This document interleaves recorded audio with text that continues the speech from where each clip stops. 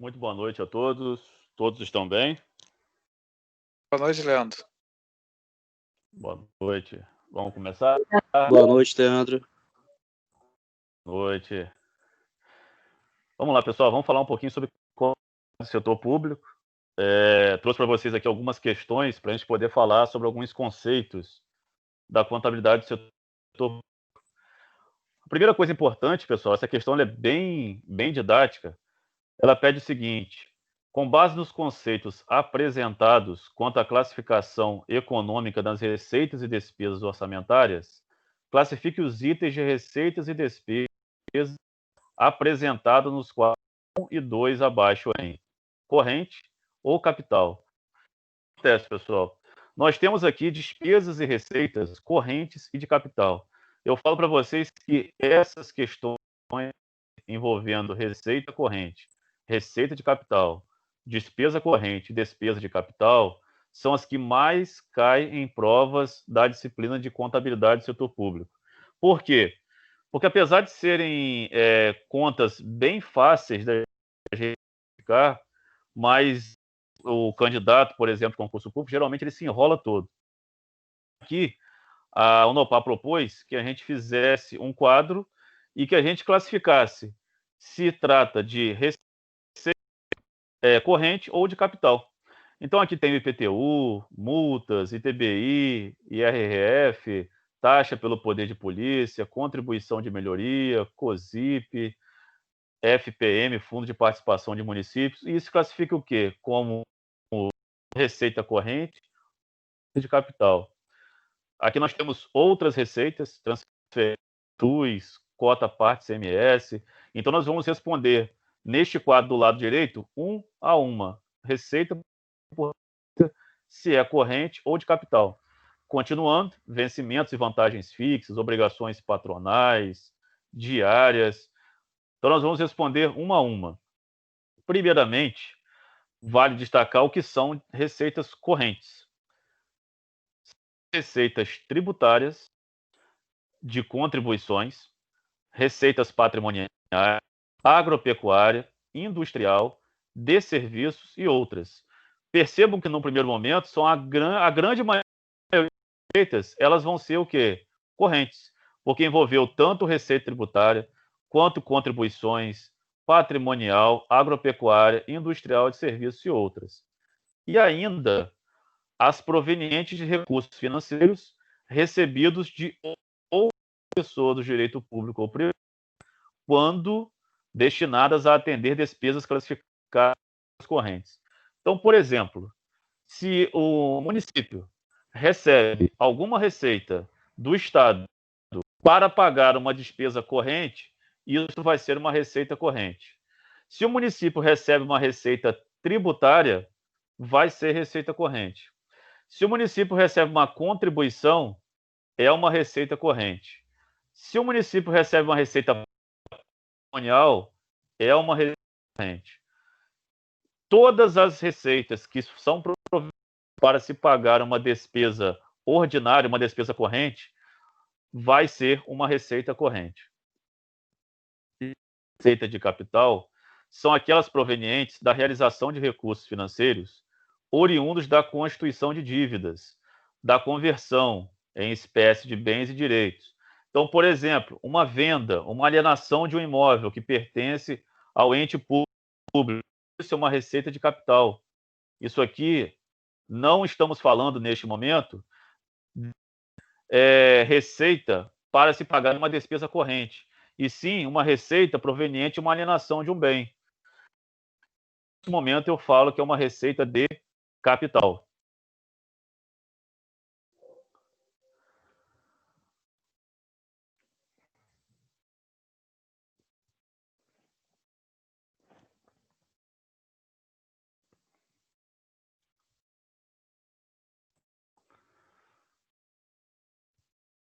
Pessoal, até uma dúvida?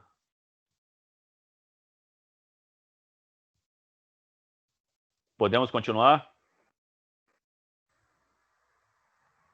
O meu tá falhando, Leandro. Não sei se é só o meu, tá dando umas picotadas na sua voz. Ah, é? Uhum. Você está conseguindo me escutar nesse momento agora? Agora eu tô. Boa noite.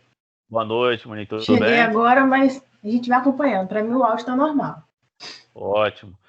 Mas vocês conseguiram compreender a diferença de receita de capital? Receita corrente são receitas tributárias, de contribuição, são receitas que são oriundas para se pagar uma corrente. E o que seria uma despesa corrente? Uma despesa ordinária. Então, por exemplo, um pagamento que eu tenho que fazer mensalmente. Isso é uma despesa corrente.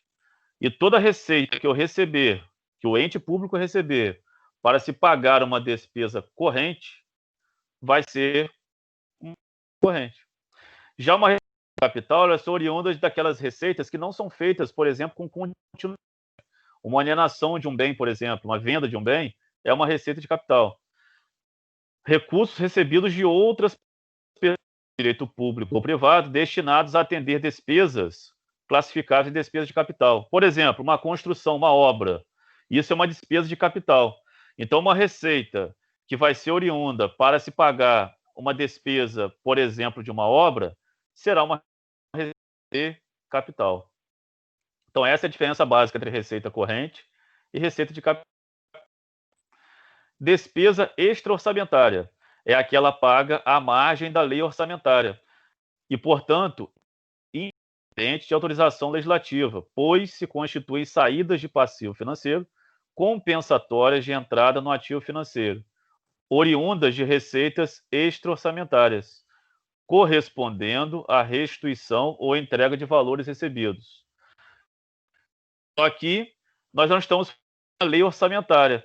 Ocorreu alguma coisa extraordinária e nós precisamos de uma despesa extra-orçamentária.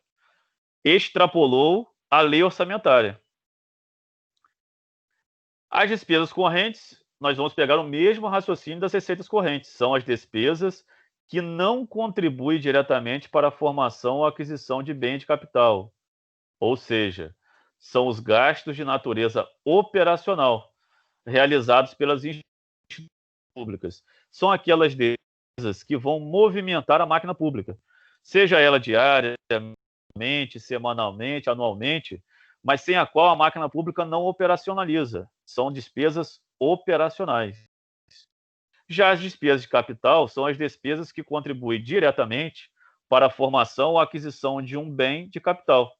Isto é, são os gastos realizados pelas instituições públicas, cujo propósito é de criar novos bens de capital. Por exemplo, obra, a construção de uma a construção de um viaduto, por exemplo, isso seria uma despesa de capital. É aquilo que vai agregar ao patrimônio. Não faz parte da operação do ente público, mas sim vai agregar ao patrimônio público. Entenderam, pessoal, essa diferença? Essa diferença que eu apresentei para vocês? Tranquilo? Sim, para mim está tranquilo. Ok, então, assim, passando para a proposta ONOPA em classificar todos essas despesas, né, receitas, no caso aqui, que são correntes de capital, eu falei para vocês que receita tributária, ela é uma receita corrente. Então, o IPTU é uma receita corrente. Multas e juros do IPTU, como nós estamos tratando de receita tributária, também vai ser corrente. ITBI, receita tributária, corrente. Imposto de renda, receita tributária, corrente. Taxa, receita tributária, corrente. Contribuição de melhoria, também é uma contribuição, também é um tributo, receita tributária, corrente. CIP, também receita tributária, corrente. Participação dos municípios. O fundo de participação dos municípios é um fundo pago por outros entes federativos, geralmente a União repassa esse fundo de participação dos municípios para que o município gaste essa verba com uma despesa corrente. E toda verba que é oriunda de despesa para se pagar uma despesa corrente é uma receita corrente. Transferência do governo federal pela mesma diretriz do EM também é uma receita corrente. Ela é uma transferência feita pela União para se pagar despesas correntes. Transferência do SUS, a mesma situação. Cota parte ICMS é uma receita tributária, é uma receita corrente. ISS, receita tributária, é uma receita corrente. Agora, uma operação de crédito externa realizada, no caso, nós estamos tratando de investimentos, aqui não é uma receita corrente, não é uma receita para operar a máquina pública. Por isso, a operação de crédito externa realizada é uma receita de capital. Percebam que, da grande maioria das receitas que nós falamos, nós só tivemos nessa tela aqui uma de capital. A grande maioria são correntes. Passando para o outro quadro. Multas e juros do ISS, receita tributária, receita corrente. Dívida ativa do IPTU, receita tributária, receita corrente. Rendimentos de ações financeiras. Esses rendimentos de aplicações financeiras, pela doutrina, são considerados receitas correntes. E aqui nós temos 3 receitas de capital. Operação de crédito interna realizada. Alienação ou venda de veículos, né, é uma receita de capital, não faz parte da operação da empresa. E recebimento de recursos para a construção de um viaduto. Então, em município, por exemplo, receber do Estado recursos para a construção de uma despesa capital, porque a construção de um viaduto é uma despesa de capital. Portanto, aqui é uma receita de capital. E terminando esse quadro, vencimentos e vantagens fixas, aqui são pagamentos ordinários, receita corrente. Obrigações patronais também são despesas, né, ordinárias, aqui é uma despesa corrente. Diária, despesa corrente. Juros da dívida contratada, despesa corrente. Material de consumo, despesa corrente. E obras e instalações, pelo mesmo sentido da receita corrente, aqui quando eu tenho uma obra, instalação que é uma coisa momentânea, um projeto, nós estamos tratando de uma despesa de capital. Equipamentos e material permanente, esse equipamento e material permanente é um investimento, ou pode também ser imobilizado. Mas, neste caso, a aquisição de material, de equipamentos e material permanente é uma despesa de capital. Por quê? Porque ela não faz parte da operação da empresa. No caso, a operação da contabilidade pública. Aquisição de imóveis é uma despesa de capital, pelo mesmo sentido também da receita. E a amortização da dívida contratada é uma despesa de capital. Percebam, pessoal, que o juro da dívida é uma despesa corrente. Já a amortização contratada é uma despesa capital. Isso aqui cai muito em provas. O juro da dívida contratada, o juro que eu já pago, porque eu fiz um empréstimo e o juro desse empréstimo é despesa corrente. Por quê? Porque eu vou pagar isso todo mês, já faz parte da operação que eu já fiz anteriormente. Já a amortização da dívida, isso não faz parte. Ou seja, a amortização é uma despesa de capital. Pessoal, conseguiram entender essa diferença de despesa e receita de capital? Tranquilo? Sim. Então, passamos para questões propostas pela Unopar. Questão número 1. A Lei 4.320/64 das SAs determina que a Lei do Orçamento conterá a discriminação da receita e da despesa, de forma a evidenciar a política econômico-financeira e o programa de trabalho do governo, obedecendo, entre outros, o princípio da universalidade. Isso significa que então, pessoal, o princípio da universalidade é o seguinte: orçamento, e tudo que vier da discriminação da receita e despesa tem contido em uma peça única. Eu não preciso ficar fazendo peças separadamente. Então, eu trago receita, despesa e orçamento em uma única peça. Isso é o princípio da universalidade. Eu universalizo essa peça. Então, a alternativa para essa questão é a letra D. Isso significa que a lei orçamentária compreenderá todas as receitas e todas as despesas próprias dos órgãos do governo ou da administração, centralizada, ou que, por interesse deles, se devam realizar. E por que se deve centralizar? Porque fica mais fácil para o controle. Dá-se uma transparência maior.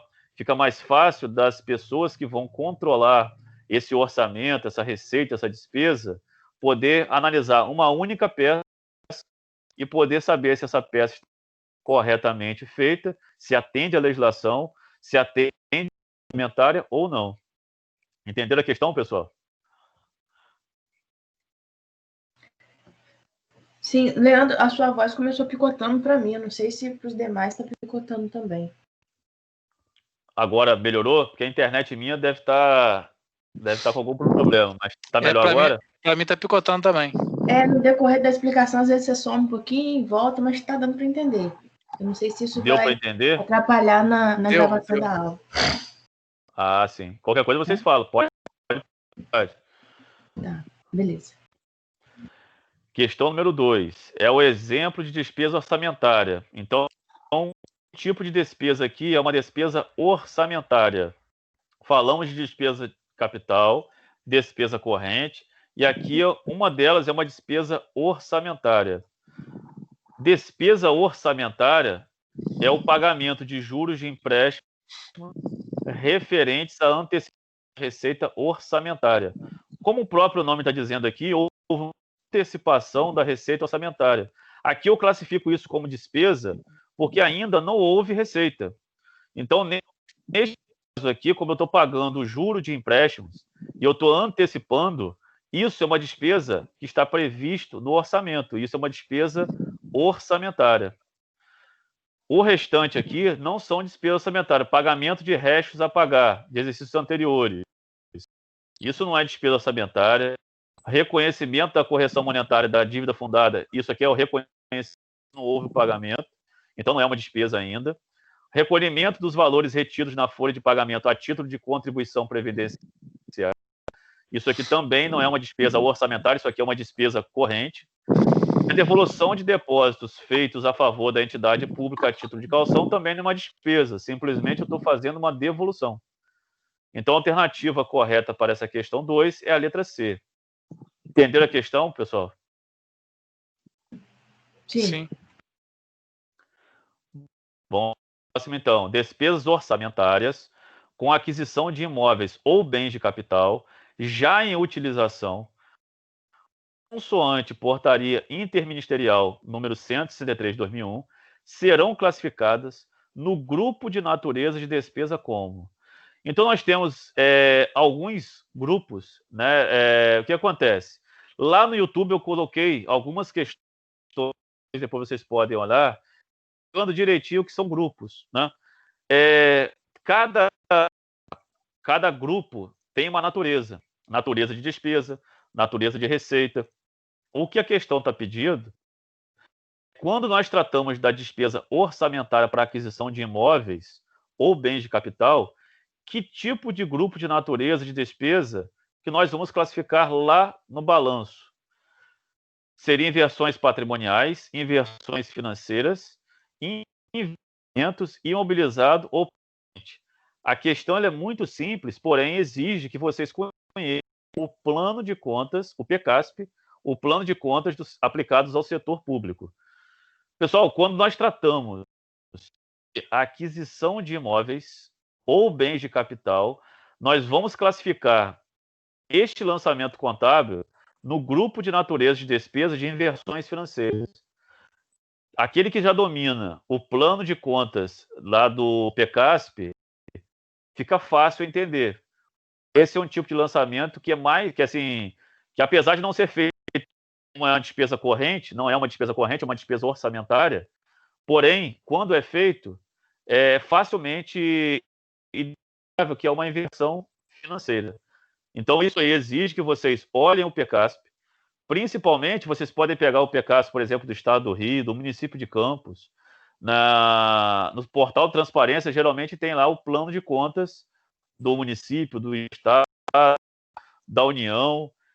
Vocês irão analisando cada grupo, cada natureza de despesa ou de receita e as contas que são classificadas lá como contas, por exemplo, as contas monetárias, as contas de despesa, as contas de receita.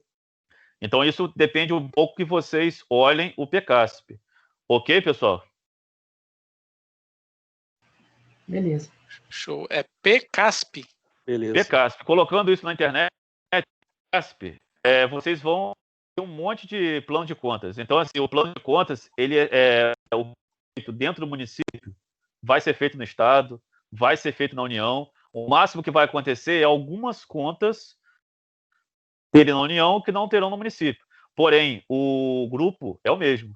Então, vocês verão que a codificação é a mesma. É muito parecida com a contabilidade geral. Porém, o plano de contas, a codificação é um pouco diferente. Mas o raciocínio é o mesmo. Em relação aos itens da despesa pública, julgue os itens a seguir. Então, aqui nós temos 3 estágios da despesa pública. E aí, aqui a questão 4 está pedindo o seguinte: a programação da despesa consiste no entendimento do cronograma financeiro de desembolso. Então, será que tem esse estágio de programação de despesa? Entre os estágios da despesa, expressamente mencionados na legislação específica, está a fixação da despesa, na LOA. 3. Estágio de liquidação de despesa tem o objetivo de apurar a origem e o objeto que deve pagar, a importância exata a pagar e a quem se deve pagá-la. E 4. A competência para alterar o pagamento da despesa pública decorre de lei e não pode ser delegada. Aí pede a quantidade de itens certos. Bom, pessoal, os itens 2 e 3 são corretos e os demais estão incorretos. Por quê? Programação de despesa. Isso aqui não é estágio da despesa pública. Então, nós temos a fixação, nós temos o empenho e nós temos o pagamento. Né? Entre os estágios da despesa, por exemplo, o item 2, está a da despesa na LOA. Esse aqui é um estágio de despesa. O estágio de liquidação de despesa tem o objetivo de apurar a origem e o objeto que se deve pagar. Nesse momento, pessoal, de liquidação de despesa, eu vou apurar se realmente o Estado, o ente federativo, pagar aquele objeto ou não. Primeiro se faz o empenho, a fixação da despesa. Depois o empenho. E depois nós temos a liquidação e o pagamento. Para quê, pessoal? Essa liquidação visa apurar se realmente o empenho foi correto ou não. Se realmente aquela pessoa executou o serviço, prestou o serviço ou não. Porque muitas das vezes o empenho é a aquisição do direito ao recebimento. Significa dizer o seguinte: aquela obra vai ser realizada. Porém, será que a obra foi realizada ou a liquidação de despesa tem o condão de fazer o seguinte, de se realmente essa obra foi realizada ou não. Se a obra foi realizada, efetuamos o pagamento. Se não foi realizada, ela não vai ser paga. Então, a liquidação é para isso, é para fazer esse confronto entre o empenho, se realmente a fixação da despesa, o empenho e se realmente o serviço foi executado. E o 4 está errado porque a competência para autorizar o pagamento da despesa pública decorre de lei, está certo, mas esse não aqui torna o item 4 como incorreto. Perfeito? Entenderam a questão? Sim. Então vamos partir para mais uma questão. O ordenador de despesas de um determinado ente público estadual empenhou despesa no valor de R$200. Lembrando que empenho não quer dizer que nós temos que pagar. Significa dizer o seguinte: reconheci que nós somos devedores. Referente ao suprimento de fundo concedido a um servidor para custear despesas com locomoção. A liquidação e o pagamento ao suprido ocorreram quando? 27/12/2018. Logo no dia depois. Pelo valor total do empenho, ou seja, R$200. Porém, em decorrência de imprevistos, o valor de R$200 não foi utilizado, ou seja, a pessoa não utilizou o serviço. E o servidor o deu integralmente quando? No outro ano, em 4/1/2019. Assim, a devolução do valor de R$200 não aplicado deu origem a uma questão bem interessante. Ele só devolve os R$200 no outro ano. E no fim do ano nós temos que fechar o balanço. O que a gente faz? O que a gente reconhece naquele ano de 2018? Em decorrência de imprevisto, o valor de R$200 não foi utilizado e o devolveu integralmente. Dessa forma, A devolução do valor de R$ 200 não aplicado exige ao aumento da receita orçamentária realizada em 2019. O artigo 38 da Lei 4.420 retrata que reverte à dotação a importância de despesa anulada no exercício, quando a anulação ocorrer após o encerramento deste, considerar-se-á receita do ano em que se efetivar. Veja, pessoal, houve de receita em 2019. Em 2020 não houve aumento de receita, houve uma despesa. Já em 2019, como o Estado não estava contando com aqueles R$ 200, vai haver um aumento de receita. Então, aqueles 200 que não estavam orçados entrarão para os cofres públicos como devolução em 2019. Então, a letra B é a correta. Houve um aumento de receita orçamentária realizada em 2019. Perfeito, pessoal?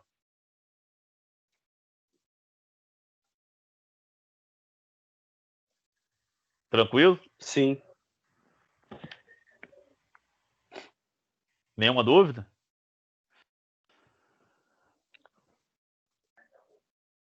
Então vamos partir para a questão 6. Leandro, Oi, pode falar. nesse caso, por que não se adequa ao aumento de receita extra orçamentária, se ela não estava prevista para 2019? Neste caso, não é uma receita extra orçamentária, porque receita extra orçamentária são receitas provenientes de situações extraordinárias.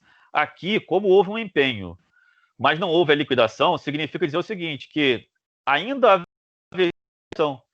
Então, a liquidação é uma coisa ordinária, vai ter que ser feita, por isso não é uma coisa extraordinária. Se fosse uma coisa, por exemplo, que não ocorresse, não estivesse previsto que essa liquidação ocorresse, aí sim seria uma coisa extraordinária. Mas estava previsto que essa liquidação seria, e essa liquidação poderia não acontecer esse ano, poderia acontecer no ano de 2020, mas uma hora ela vai ter que acontecer. E é comum acontecer de quando nós verificamos, através da ação, que houve o empenho, porém, a execução do trabalho não foi feita, como é o caso aqui. Apesar, houve um imprevisto, a pessoa não utilizou a passagem de locomoção. Então, pelo simples fato de a liquidação ser uma coisa ordinária, não pode ser considerado como uma receita extra-orçamentária. Receita extra-orçamentária são aquelas receitas que nós não podemos fazer dentro do orçamento. Isso é uma coisa totalmente imprevista. Perfeito? Entendi. Perfeito. Obrigada. Nada. No início de 2018, o Estado do Paraná honrou seu compromisso e efetivou o pagamento de uma de suas dívidas públicas no valor de R$ 752.355, sendo o valor total amortizado R$ 600 mil e os juros da dívida pública no valor de R$ 102 mil. Nesse sentido, pode-se classificar as despesas com amortização do principal da dívida e juros da dívida amortizados, respectivamente. Então, é aquela primeira questão que nós fizemos, classificamos como receita corrente e receita de capital, despesa corrente e despesas de capital, nós falamos sobre amortização e juro. Então, aqui, de novo, nós trazemos algumas correntes e receitas de capital. Então, o juro da dívida pública é corrente. Já a amortização da dívida pública é de capital. Então, o que vai acontecer? Como nós estamos tratando despesa da amortização é capital. E dívida de juros amortizados é corrente. Então, guardem isso, pessoal. É o que mais cai em provas. Quando nós estamos tratando de amortização da dívida, capital. Quando nós estamos tratando de juro, é despesa. A mesma coisa tratando da receita. Se nós estamos recebendo uma amortização de dívida, receita de capital. E se nós estamos recebendo uma receita oriunda de juros de dívida amortizado, é uma receita corrente. Perfeito, pessoal? Beleza. Show. Outra questão. Um Tribunal Regional do Trabalho fez o empenho despesa com outros serviços de pessoa jurídica no valor de 200 mil, referente à limpeza dos vidros do em que são realizadas as atividades de tal entidade pública. Em 21/2/2018, o prestador de serviço executou a limpeza dos vidros do prédio e em 23/2/2018, houve a verificação do direito adquirido pelo credor, tendo por base os títulos e documentos comprobatórios do respectivo crédito. No dia 28/2/2018, ocorreu o quê? O pagamento da dívida pelo valor total do empenho. Sendo assim, aí traz aqui várias situações. Aqui, da primeira situação, houve a execução orçamentária de uma despesa de capital. Aqui houve a liquidação e outras receitas correntes. Então, essa questão aqui exigiu o seguinte, que vocês soubessem se trata, né, de despesa de capital, inversão financeira, despesa corrente, e o que houve, né, nessa situação, se houve liquidação, de despesa, empenho, né, ou houve o pagamento. Então, pessoal, a alternativa D correta. Em 15/12/2018, houve empenho ordinário de uma despesa. Em 21/12/2018, houve a liquidação de serviço. Em 23/2, houve a liquidação da despesa corrente. E em 28/2, houve o pagamento. Estas aqui são todas os estágios da despesa pública. Então, a despesa pública tem que passar todos esses estágios para que se haja o último estágio, que é o pagamento. Então, a alternativa correta, a letra D, em 23/2/2018, houve liquidação. Por quê? Houve a verificação do direito adquirido. E quando nós fazemos a verificação do direito adquirido, nada mais é do que liquidar. Liquidar significa verificar o empenho. Então, logicamente, que a liquidação vem depois do empenho. A liquidação não pode ser feita antes. Primeiro nós fazemos a fixação, depois nós fazemos o empenho, que é o primeiro estágio propriamente dito da despesa pública. Então, depois do empenho, há o que? A verificação. Então, foi verificado, realmente tem direito, fazemos então o último estágio, que é o pagamento, que ocorreu no dia 28/2. Perfeito, pessoal? Show. Questão público. Alternativa a seguir, que apresenta como são tratados no regime orçamentário, respectivamente, as receitas e despesas públicas, é... Pessoal, aqui, durante muito a legislação que tratava sobre contabilidade pública, a lei de 64, ela trata sobre o enfoque orçamentário. Então, o que acontece? O enfoque orçamentário até então, até mais ou menos o ano de 2021, era o que indicava a contabilidade pública. Só que a contabilidade foi verificando que não era só o enfoque orçamentário, e sim o objeto de estudo da contabilidade pública, que é o patrimônio, assim como acontece na contabilidade geral. Então, sobre o enfoque orçamentário, e tão somente sobre o enfoque orçamentário, nós temos um regime chamado regime misto, que é o regime de caixa e de competência. Isso está lá na MCASP. Vocês do PCASP, do MCASP, que é o Manual de Contas aplicados ao setor público. Na Lei 4.320, nós temos o seguinte, artigo 35, pertencem ao exercício financeiro as receitas nele arrecadadas, ou seja, regime de caixa, e as despesas nele legalmente empenhadas, regime de competência. Então, aqui, a lei, ela trouxe dois regimes, de caixa e de competência.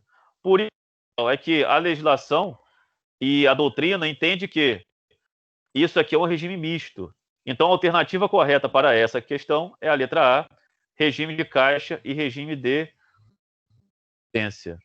Então, quando nós estamos tratando de receita, sobre enfoque orçamentário, nós estamos tratando de caixa. E quando nós estamos tratando de despesa, nós estamos falando de competência.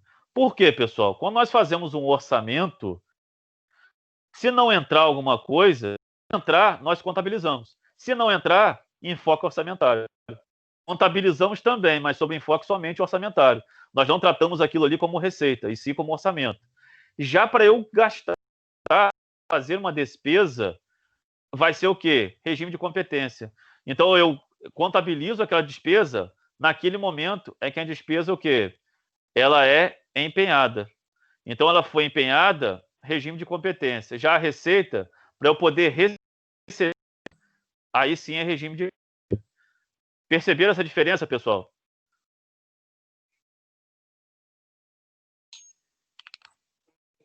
Tranquilo? Tranquilo, Leandro. Sim. Então, o que vai perguntar em prova de concurso público e prova da NOPAR é sobre o regime orçamentário. Sobre o regime orçamentário, pessoal, e tão somente sobre o regime orçamentário, se for sobre, por exemplo, o enfoque patrimonial, competência, qualquer enfoque, seja na contabilidade geral, seja na contabilidade pública, que não seja orçamentário, regime é de competência. Quando nós estivermos contabilizando lá no grupo do enfoque orçamentário, aí nós vamos ter os dois regimes, caixa e competência. Perfeito? Show. Passamos para a última questão, também de concurso público. Uma das características qualitativas aborda que distorções ou omissões na informação contábil podem influenciar as decisões econômicas dos usuários. Identifique e marque essa característica das alternativas a seguir. Uma questão muito interessante para cargo de contador, que fala sobre as características qualitativas e sobre o informe contábil da contabilidade pública. Então, nós temos princípios da contabilidade pública, que são os mesmos princípios da contabilidade geral, e quando nós estamos tratando de características qualitativas, nós estamos tratando de relevância. As informações financeiras e não financeiras são relevantes caso sejam capazes de influenciar significativamente o cumprimento dos objetivos da elaboração e da divulgação da informação contábil. Então, pessoal, nós só vamos contabilizar as informações relevantes, aquelas que são capazes de influenciar positiva ou negativamente a contabilidade pública. As informações e não financeiras são capazes de exercer essa influência quando tem valor confirmatório, positivo ou ambos. Ou seja, se eu souber esse valor, né, um orçamento desse valor, ou se eu já tiver a confirmação, dois. Então, o orçamento vai influenciar, por exemplo, na atividade pública. A informação pode ser capaz de influenciar e, desse modo, ser relevante, mesmo se alguns usuários decidirem não a considerar ou já estiverem cientes dela. Então, pessoal, se eu não mensurar um valor para aquele fato, isso não é relevante para a contabilidade. Eu não vou contabilizar, porque isso não vai ser influenciado. Devido ao quê? Ao princípio da relevância. Então, a alternativa correta da questão é o princípio da relevância. É ela que vai abordar distorções ou omissões na informação contábil e que pode influenciar decisões econômicas dos usuários. Perfeito, pessoal? Sim. Alguma dúvida sobre o que nós falamos hoje? Ou outra situação sobre questões do que nós abordamos hoje?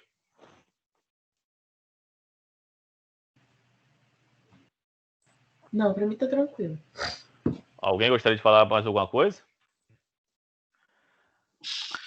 Para mim, por enquanto, também tá tranquilo. Por enquanto, tá dando para entender. Eu só fico um pouco perdida, porque aí, se eu for comparar com a empresa que a gente trabalha, setor público, o negócio muda um pouquinho, né? Do enfoque, A gente contabilização. A gente pensa no cenário que a gente vive, quando vai para o setor público, muda um pouquinho. Porque assim, a contabilidade pública, ela lida muito com o orçamento. E como ela lida um pouco com o orçamento, o que acontece? Ela vai tratar um pouco mais sobre esse enfoque orçamentário. Então, mas o objeto da contabilidade continua sendo o patrimônio. Sim, mas o que para a gente é despesa, por exemplo, o imposto para a gente é despesa. No setor público é Sim. uma receita, né? Isso aí, o enfoque muda um pouco. É despesa para o contribuinte. Isso. Mas a contabilidade vai ser feita como receita. Perfeito. Isso. O enfoque é um pouco diferente, né? O modo de contabilizar.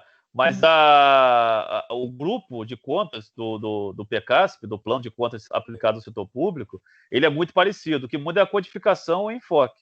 Mas a contabilizar é a mesma. Só muda realmente esse enfoque, porque o governo, né, o ente público, vai adotar o critério de quê? Muito mais de receita do que despesa. Sim. Mas é claro que tem que ser contabilizado também a despesa. Sim. Perfeito. Perfeito, pessoal. Vocês têm feito o desafio nota máxima, tá tudo tranquilo? Não deixe de fazer. Eu tô fazendo meu. Não deixe de fazer. Leandro, não sei se alguém já questionou. Eu tô tentando, cara, assistir a videoaula 2, não tá abrindo, tá congelando e tá dando algum problema. Será que alguém tá tendo esse problema também? Alguém reclamou aí? Eu entrei em contato com o tutor, ele disse que tem até 72 horas, se não me engano, para disponibilizar a videoaula. Depois ficar no ambiente. Ao vivo, não? Você tá falando do ao vivo? Não, ao vivo não. Tô falando a outra que passou a 2. Até hoje não consegui entrar. Essa é a 2, não? Não, hoje é 3. Essa é a 3 já. Sim. A 2 já era para estar disponível, assim, redondo para você, né? Perfeito. Tá estranho. Não sei se é a sua. Não tô conseguindo entrar, não. É só a 2 que você não consegue visualizar? Só a 2. A 1 é normal, agora na 2 eu não consigo, não. Eu vou tentar entrar e, tá congelado o site. Você clica, ele vai e volta. Você clica, ele volta. É estranho o negócio. Domingo ele tava assim pra mim também. Tentei olhar e não consegui, não. Ele não... É bom, então, Fábio? É bom que vocês coloquem no grupo para ver se todo mundo está tendo esse mesmo problema. Se todo mundo tiver esse mesmo problema, é bom a gente entrar em contato com o tutor eletrônico para ver o que pode ser feito lá, porque aí já eu vou perguntar. Pergunta ao pessoal no grupo se está passando, se provavelmente está passando, porque a internet não vai variar o tempo todo, né? Uma hora você entra, pode dar esse problema. Eu já tentei várias máquinas diferentes para tentar ver se era problema na máquina, algum problema de travando alguma coisa, mas não, deu a mesma coisa. Eu falei, caramba, então tá ruim mesmo o negócio. Não, aí eles têm que disponibilizar, porque antigamente eles davam acesso a vocês para vocês baixarem a aula também. Então seria uma alternativa para você assistir. Agora não. Agora eles não estão mais tendo essa disponibilização de baixar a aula. Então eles tem que estar ativo, não pode dar esse problema. Tem que estar ativo. Isso aí. Eu observei que nessa matéria não tem atividade. O seu também não tem, não? Não tem não. Só tem aquela parte de web, né? Web, tem fórum e tem as AVs. Não tem não, atividade não, só web. Leandro, deixa eu te fazer uma pergunta, aproveitar a oportunidade. A questão de curso que a gente está fazendo e tal, alguns cursos. Como é que a gente manda para você isso, cara? Então, tem um e-mail direto. Tem um e-mail direto que você pode enviar, eu vou passar no grupo. Se eu não passar hoje, porque eu vou procurar esse e-mail direitinho, eu passo amanhã. Mas tem um e-mail que vocês podem enviar diretamente, vocês vão colocar o nome todo de vocês, né? A turma, se vocês souberem também é importante também colocar, e anexar o certificado de vocês. Quando está até presencial, eu te entreguei pessoalmente naquela vez. Sim, aí agora eu fiquei meio perdido. Falei, cara, como eu vou fazer isso aí agora? Agora eles disponibilizaram um e-mail lá da secretaria só para isso. Então vai ser um e-mail que eu vou colocar para o grupo. Eu tenho esse e-mail em algum lugar, é só procurar e passar para vocês. Tá, beleza, Leandro. Obrigado aí, cara. Valeu. Que isso. Gente, alguém quer colocar mais alguma coisa? Não, por mim tá tudo ok. Tranquilo?